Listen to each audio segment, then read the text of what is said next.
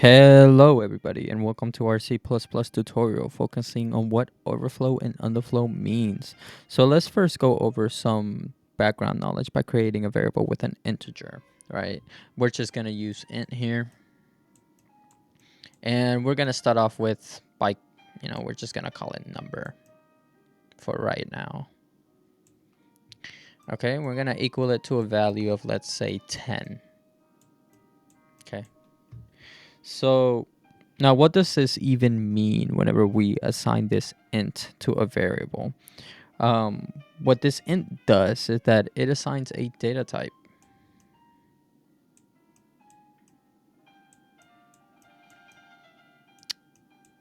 Right? Okay, now what exactly is a data type? Well, a data type simply means that we are defining the size of memory available for that variable. Right? And so the size of our variable remains fixed and dependent on whatever we assign it to, like how we did here using int. So why is this important? Well, it's important because this tells us how a variable can be used and what its limitations are. If we were to, for example, I'm going to give you an analogy here. If we were to have a bucket, right, a pretty cool looking bucket, and we were to fill it up with some water, that apparently erases it, but okay. So we were just assign it with some water. Right, we fill the bucket with some water, but how much water can we fill it up with? Right, depends on the size of the bucket. And so that's essentially what a data type is. If you were to put too much water in the bucket, then the water will simply start overflowing. Okay, so now let's go to our IDE so I can put this into practice and show you a hands-on example. So first, let's set up our environment here. So we're gonna include, okay, let me create some more space here. I can barely type. Okay, we're gonna include iOS stream, and we're gonna also include CMath. We're gonna be using namespace, std, int. Almost forgot the main there. Okay, and return to 0. Okay, so I actually have here the data types for you, so you can see. Is there no way I can move this? Okay, so here are the data types. Here it's their bits and the ranges that they have, their minimum and maximum values. And we're gonna, for example, let's use long integer. We're gonna use a long int. And again, we're gonna name it number, and we're gonna give it a value of, for example, we have a maximum of this really large number. We're just gonna type in that maximum as our value. So 21474 836 83647, right?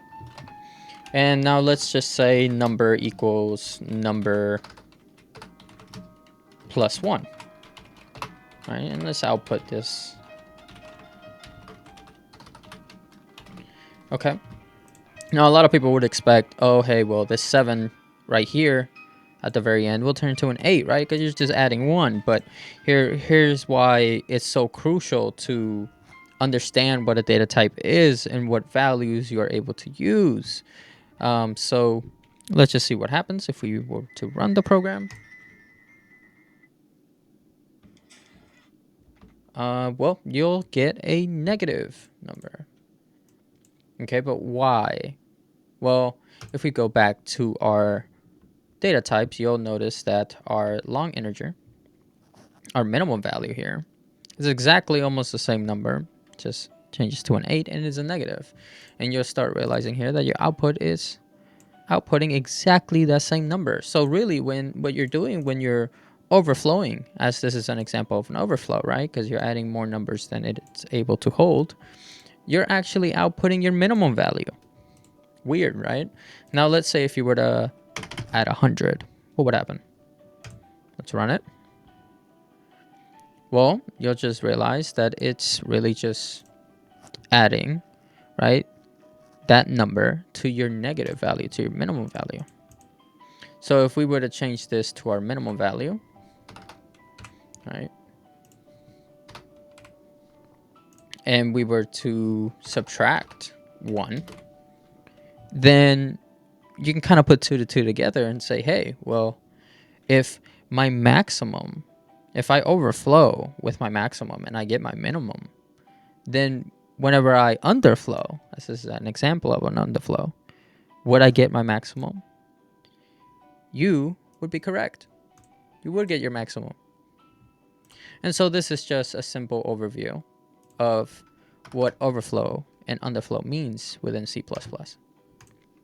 So if we were to add 100, if we were to subtract 100, sorry, you'll realize that we're actually subtracting 100 from our maximum value. And so that's it for today. I hope you enjoyed the video, and I'll see y'all next time.